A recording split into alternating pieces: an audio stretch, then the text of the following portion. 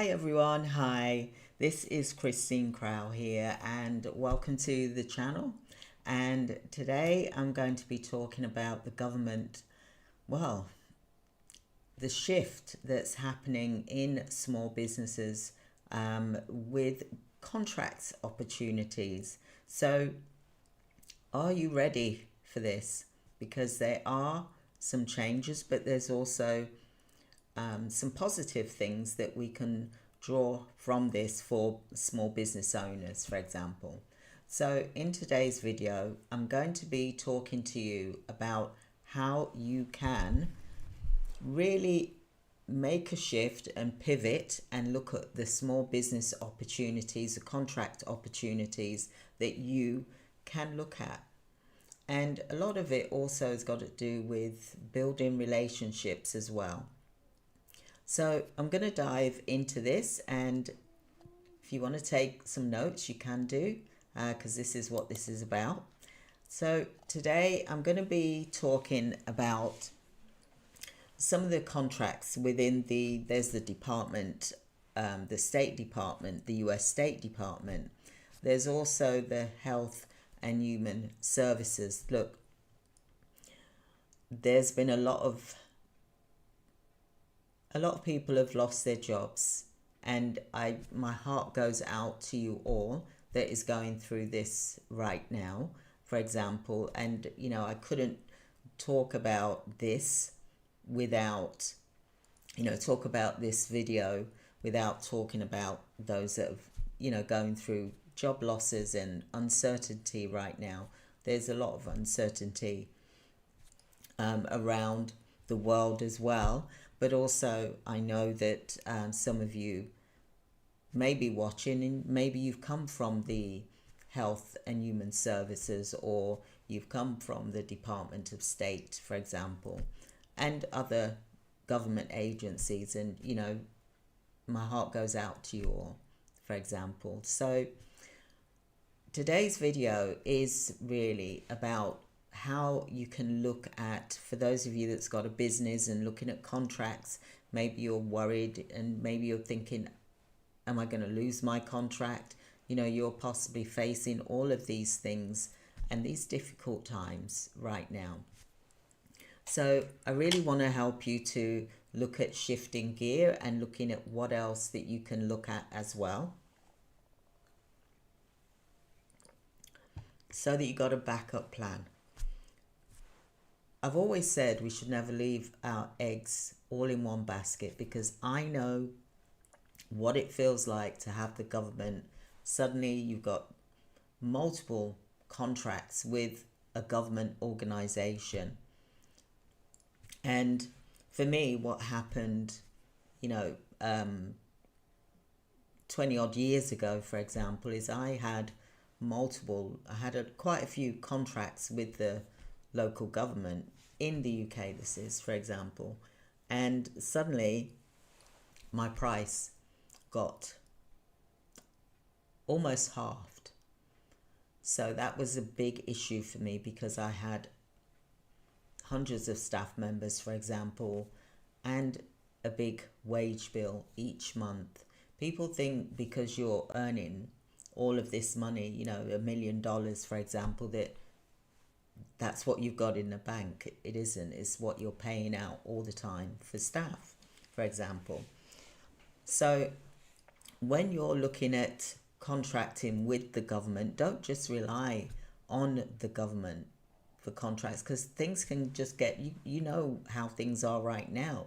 Things can just get swiped away right from underneath your feet. And you should never, if you listen to my videos, contract videos here on YouTube, I always talk about this. Don't rely on one government organization, because people always think, oh, I've got this contract with the government, I'm set for life. People think, I've got a job with the government, I'm set for life. It's not. It's not how it is. And they can just pull things away from you, just like how you're seeing happening, for example. And we can't just rely on one entity, as I've said in my previous videos as well. We can't just rely on one entity. We've got to always keep looking and looking at different types of organizations that we can have a contract with. So I hope that makes sense. So I hope that you'll be able to stay till the end, because I'm going to be talking to you about your marketing strategy, how to use, like, you can target small contracts. You know, let's forget about going for these big ones right now. You know, this is a fragile situation that we're in, for example. And yes, you've got, you may have your contracts, or some of you may be coming up to the end of a contract and may not have it renewed, or maybe you've had it stopped immediately, for example. So this is a fast way that you can also look at getting contracts. So I'm going to be talking really from, you know, looking at a point of view of looking at contracts which are lower value contract. When I first started contracting with my care agencies many years ago, and, you know, I'll be the first one to tell you, when I had my government contract snatched from me, that it was like, when I say snatched, it wasn't snatched. I made a decision to say, no, this isn't viable at this price, so I can't continue with this contract because it was not viable. I'd had staff members on a payroll and saying, right, okay, you're going to be paid this amount every single month. You're going to do these number of hours every single month, for example. Okay, so for me, it's like I was stuck. I was caught in a very difficult situation. You know, it was like the company was not viable due to this happening to me. So this is why I want to say to you all is that, you know, if I would have focused more on other entities, then I would have been a lot stronger instead of the domino effect that I had to face, for example.